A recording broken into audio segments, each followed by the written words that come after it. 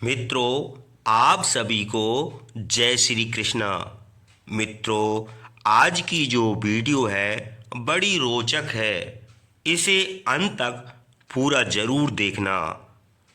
मित्रों, जब देव ऋषि नारद घोर तपस्या करते हैं और उनकी कठिन तपस्या को देखकर देवराज इंद्र बहुत घबरा जाते हैं और देव ऋषि नारद की तपस्या को भंग करने के लिए इंद्रपुरी की लोकप्रिय अप्सराओं और कामदेव को भेजते हैं, लेकिन उनसे नारद मुनि की तपस्या में कोई फर्क नहीं पड़ता। तो फिर आखिर नारद मुनि की तपस्या की रक्षा किसने की? क्या ब्रह्मा, विष्णु या भगवान महादेव ने महर्षि नारद की तपस्या की रक्षा की थी? मित्रों, उन्हीं देव ऋषि नारद की तपस्या से हमारा रामायण ग्रंथ तैयार हुआ था। इसे बड़े ध्यान से सुनना और यहीं से शुरू होती है हमारी रामायण कथा। तो चलिए हम वीडियो को आगे बढ़ाते हैं। सूत जी बोले, हे ऋषियों, एक समय की बात है। ब्रह्मा पुत्र नारद जी हिमालय पर्वत की एक गुफा में बहुत दिनों से तपस्या कर रहे थे। उन्होंने दृढ़तापूर्वक समाधि लगाई थी और तप करने लगे थे। उनके उग्र तप का समाचार पाकर देवराज इंद्र कांप उठे। उन्होंने सोचा कि नारद मुनि मेरे स्वर्ग लोक के राज को छीनना चाहते हैं। यह ख्याल आते ही इंद्र ने उनकी तपस्या में विघ्न डालने की कोशिश की। उन्होंने कामदेव को बुलाया और कहने लगे, हे कामदेव, तुम मेरे परम मित्र एवं हितैषी हो। नारद हिमाचल पर्वत की गुफा में बैठकर तपस्या कर रहा है। कहीं ऐसा न हो कि वह वरदान में ब्रह्मा जी से मेरा स्वर्ग का राज ही मांग बैठे। अतः तुम वहां जाकर उसका तप भंग कर दो। यह आज्ञा पाकर कामदेव बसंत को साथ ले बड़े गर्व से उस स्थान पर गए और अपनी सारी कलाएं रच डालीं। कामदेव और बसंत के बहुत प्रयत्न करने पर भी नारद मुनि के मन में कोई विकार उत्पन्न नहीं हुआ। महादेव जी के अनुग्रह से उन दोनों का गर्व चूर्ण हो गया। ऐसा इसलिए हुआ क्योंकि महादेव जी की कृपा से नारद मुनि पर कामदेव का कोई प्रभाव नहीं पड़ा था। पहले उस आश्रम में भगवान शिव ने भी तपस्या की थी। उसी स्थान पर उन्होंने ऋषि मुनियों की तपस्या का नाश करने वाले कामदेव को भस्म कर डाला था।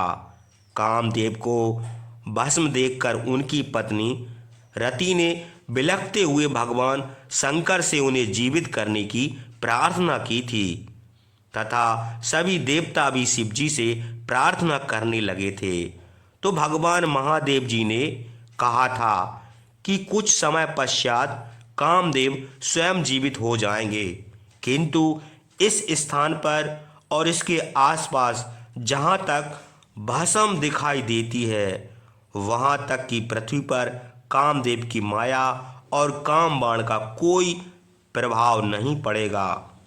इस प्रकार उस स्थान से कामदेव लज्जित होकर वापस लौट आया। देवराज इंद्र ने जब यह सुना कि नारद जी पर कामदेव का कोई प्रभाव नहीं पड़ा तो उन्होंने नारद जी की खूब प्रशंसा की। भगवान शिव की माया के कारण वे भूल गए थे कि शिव जी के शाप के कारण उस स्थान पर कामदेव की माया नहीं चल सकती। नारद जी भगवान शिव की कृपा से बहुत समय तक तपस्या करते रहे।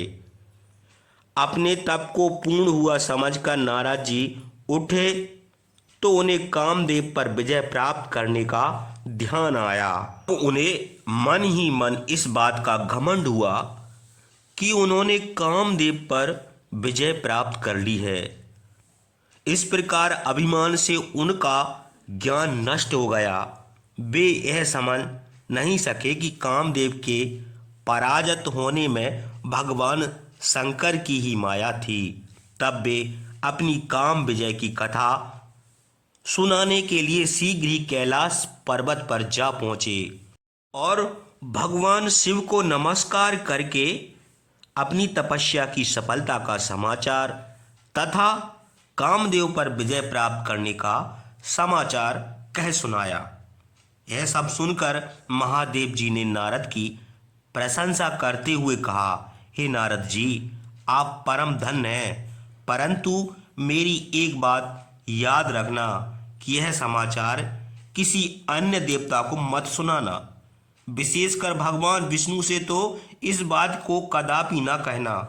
यह वृतांत सबसे छिपाकर रखने योग्य है। तुम मेरे प्रिय हो, इसलिए मैं तुम्हें यह आज्ञा देता हूँ कि यह बात किसी के सामने प्रकट मत करना। परंतु वे तो शिव की माया से मोहित हो चुके थे, इसलिए उनकी दी शिक्षा को ध्यान में न रखते हुए वे सीधे ब्रह्मलोक चले गए। वहां ब्रह्मा जी को नमस्कार करके बोले, मैंने अपने तपोबल से कामदेव को जीत लिया। यह सुनकर ब्रह्मा जी ने भगवान शिव के चरणों का चिंतन करके सारा कारण जान लिया तथा अपने पुत्र नारद को यह सब किसी और से कहने के लिए मना कर दिया। नारद के मन में अभिमान के अंकुर उत्पन्न हो गए, जिसके फलस्वरूप उनकी बुद्धि नष्ट हो गई।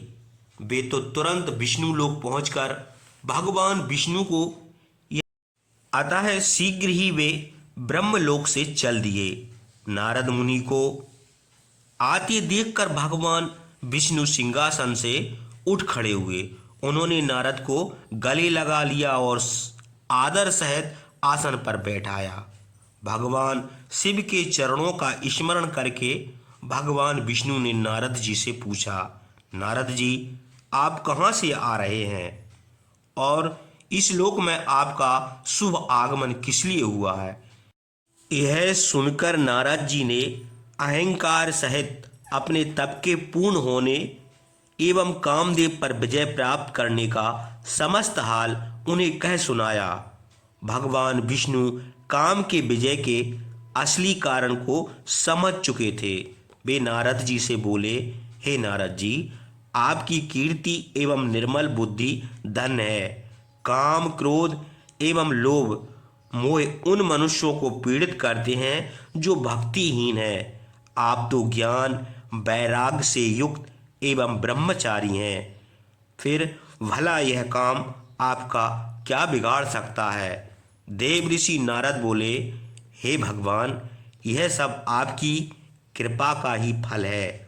आपकी कृपा के आगे कामदेव की क्या सामर्थ्य है जो मेरा कुछ बिगाड़ सके? मैं तो सदा ही निर्भय हूँ। इतना कहकर नारद जी विष्णु भगवान को नमस्कार कर वहाँ से भी चल दिए।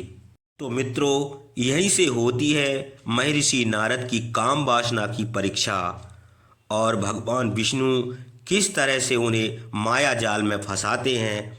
तो इसके लिए हम आगे वीडियो बनाएंगे। तब तक के लिए आप सभी को जय सिया राम।